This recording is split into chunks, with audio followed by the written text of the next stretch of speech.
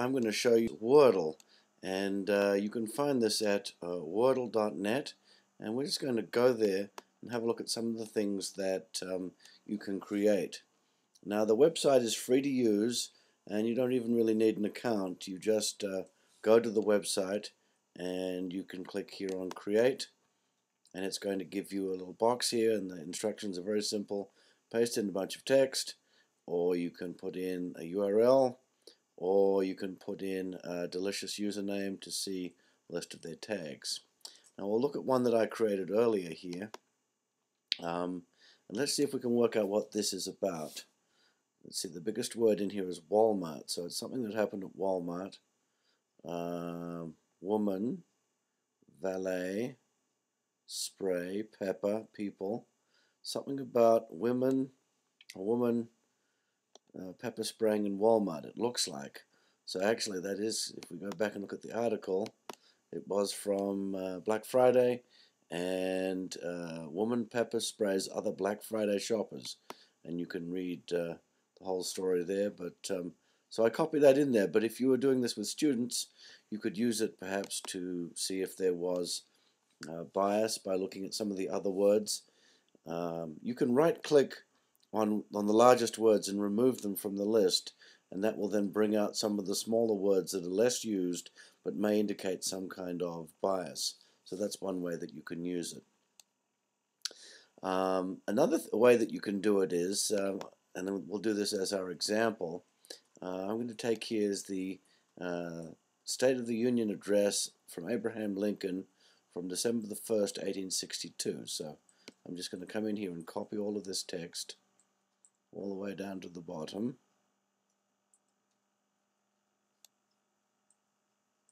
And I'm going to copy that. Now I'm going to go back into Wordle, where we were there, and I'm going to paste.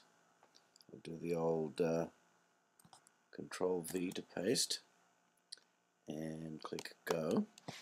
In fairly short order, it will create me a word cloud. Okay, and you have a number of different shapes. If you don't like the particular color that's in there, it's sort of in a gray and black, you can click this randomize button down here, and I often find that it's useful. Yeah, I quite like that one. That's on a dark background. You can keep hitting the randomize button until you get one that works for you. There's a pretty good one. So it looks like Abraham Lincoln was talking a lot about the states. He talked about Congress, he talked about May, now, country, foreign. So it's interesting. In fact, there's a whole website that I found on the internet that has all of the inaugural addresses of all of the presidents and represented as word clouds, and that's an interesting one to look at. So speaking of examples, I mean, this is just a small sampling of some of the kinds of things that you can do. If we go back to the keynote presentation, I found a website. Well, actually, I'll show you the website first. I found this really good presentation. It's a good, if you do a search for ways of using Wordle in the classroom, you'll find it.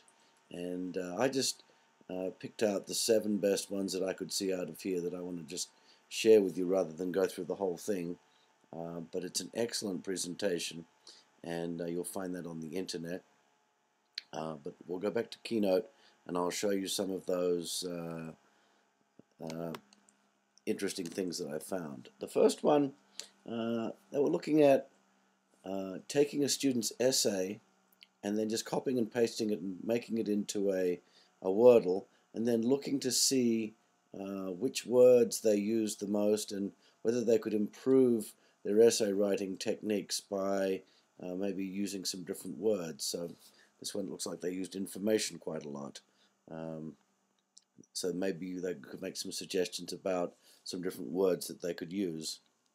The second one I thought was interesting. They actually used it for math vocabulary. And I know math teachers sometimes struggle with ways to make vocab more interesting, and here's an example using it for math vocab. This one was for elementary school kids, and it was the teacher had them, she opened up a Wordle window like we saw, and had each of the kids come in and one by one type their favorite colors into the box, and then at the end of it they made a Wordle, and you could see that the most popular color for the class was pink, so I'm guessing there may have been a few more girls and boys in that class perhaps, but then they had this printed out and had the kids then color in each of the colors, all of the words, so pink would be colored pink, etc. I thought that was a neat thing that you could do with some younger elementary grade kids. This one was comparing and contrasting, and I believe it was Romeo and Juliet on the left and West Side Story, I think.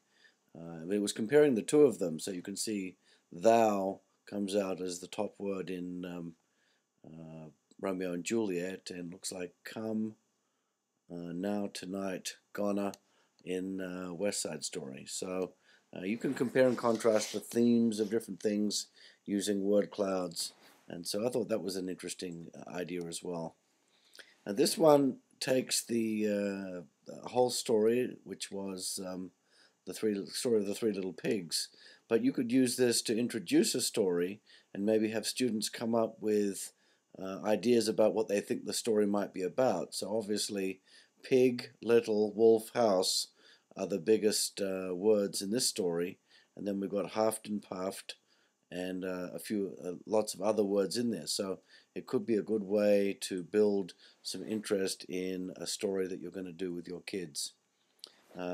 This one was where they took two different chapters of a book and they made Wordles out of them, and then they wanted to have the kids have a discussion about which they thought was the one that came first and why.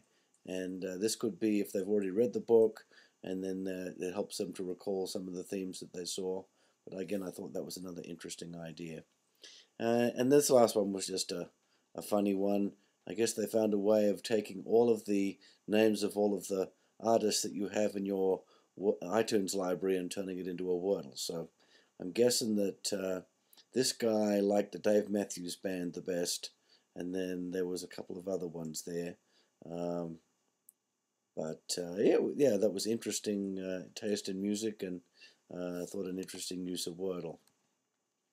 So I hope that you enjoyed the little bit of a presentation on Wordle, and I encourage you to give it a try in your classrooms. I think it has some great opportunities for you to be creative and have some fun with your kids.